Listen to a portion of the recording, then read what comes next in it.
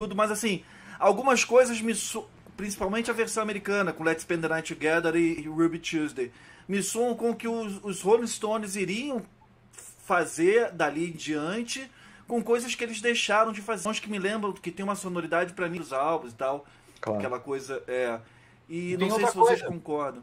Tem outra coisa que o Romero falou muito bem. O que falta, talvez, ali, cara, e é uma coisa que os Beatles tinham, por exemplo, nessa época, já muito definida, e desde o início também, que era a direção artística, produtor, né? Tanto que ele acabou saindo, né? Porque eu acho que essa confusão que eram os Stones, para começar pela confusão de coisas acontecendo ao mesmo tempo, né? Mas tem um detalhe... Como dizem no Rio Grande do Sul. Vamos lá, os caras começavam a tocar às 10 da noite e acabava às 6 da manhã, né? Estúdio, traziam as garotas no estúdio, usavam drogas, eventualmente, bebiam mais de qualquer coisa naquele período, tomavam as boletas, enfim. Mas a história... O Brian Wilson. Brian Wilson. Meio desfocada, né? Que também tem uma jogada legal aí de essa coisa da psicodelia, de distorção da realidade, né? Segundo o fotógrafo, ele queria realmente capturar com essa sessão aquela coisa dos Stones, para aqueles que gostam de dizer, eles copiavam os Beatles, não sei o quê.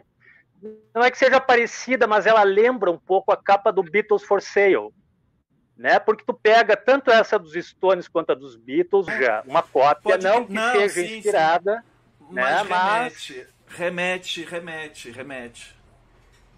Né, que produzia, era empresário e produzia, até ali produziu todos os álbuns dos Stones. Qual seria o título do álbum e tal? Como eu falei, aí ele respondeu, né, Between the Buttons, que é uma expressão entre botões que significa que estava indeciso, se tornando o título do álbum também.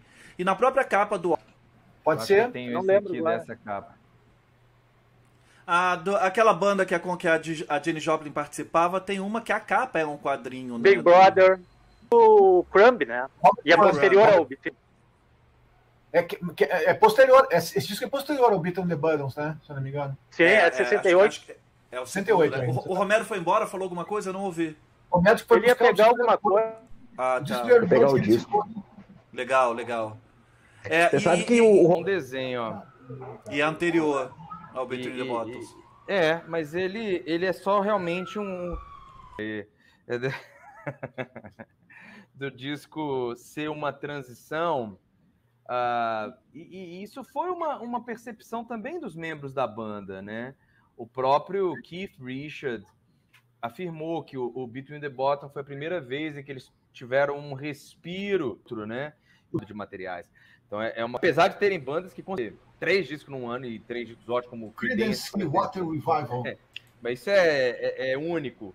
Mas assim, expectativa. E, de fato, os próprios membros da banda viram isso. E até Andrew saindo de produtor, o Brian Jones começando a ter outros interesses musicais e artísticos, e a banda não dando muita bola para ele. Porque é muito complicado avaliar isso, né? Mas há essa relação entre os membros dos Rolling Stones, que é uma relação, a possibilidade de mostrar isso, mas, lógico, as canções não eram dele, e aí ele foi ficando cada vez... E ele não foi se dando muita atenção... Não tocar, não cantar e nem... Legal, né, cara? Mas claro. A banda não embarcou, porque todo mundo embarcou nessa época, né, Gringos? Em outros sons, em outras texturas para suas músicas, mas no que a coisa voltou um pouquinho, né, no Banquete dos Mendigos, aí acho que o Brian ali foi realmente... Mas aqui a gente...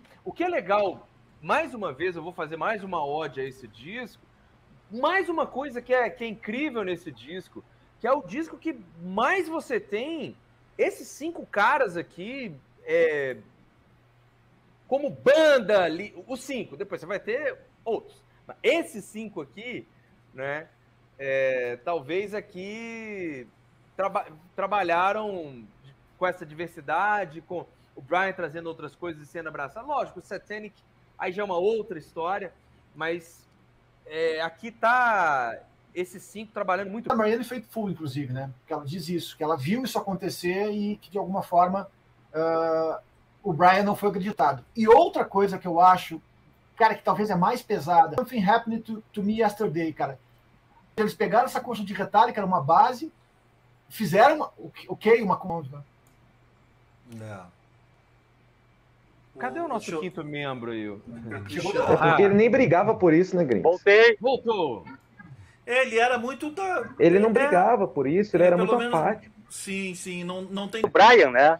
É. Cara, toda hora cara- sai um dessa live.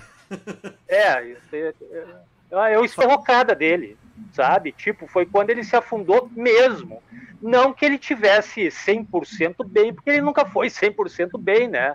Tipo, o cara já desde adolescente, com 2, 3 filhos ali, nascidos, sabe? Com mulheres diferentes, aquela coisa toda. Mas ele tinha, com ele tinha isso. Né? E ele não sabia se impor dentro da banda nesse sentido, assim. E é difícil numa banda que tem o Mick Jagger alguém conseguir se impor, né? O Mick Jagger, tipo, claramente do rock. Alguém ser líder e não, que não ser ele. E depois ainda. O que o Mick é o Rowe. É isso aí. Isso aí. Expressão que a imprensa usava para identificar os dois, o Kate e o Mick, gêmeos, não sei. É assim, a gente já conhecia alguma coisa muito de Rolling Stone, de discografia, de coletâneas, não sei o que, os sucessos e tudo. Quando passamos a nos interessar por música, eu fui ter contato com esse álbum no final dos anos 90, assim, mas eu tava era a coletânea que eu tinha acesso. Final dos anos 90, ou virada até já para os anos 2000, que eu fui ter contato com a discografia toda e conhecia. Começa por aí, inclusive. Ah, legal. Mais alguém quer comentar sobre essa... Não, só queria lançamento, né? É. Porque era 89, então tava... Mas pra mim não era bem Stones. Agora, esse disco aí, pra mim, o primeiro disco, e a versão inglesa, não o americano, né? Que o brasileiro... A imagem dele no Brasil ainda é um som do cacete, mono e tal. Sim. Eu tenho mono selo também. azul aqui e tal. E esse outro também mono, esse aqui na verdade Também. Cara, você sabe que eu conheci os Stones muito, muito pelo acaso, né? Eu lembro como se fosse hoje, tipo... Eu tava com minha mãe assistindo um programa e passou a... Fofoca, né, gente? Passou a Luciana Gimenez e ela falou assim, ela foi mulher... Uma figura...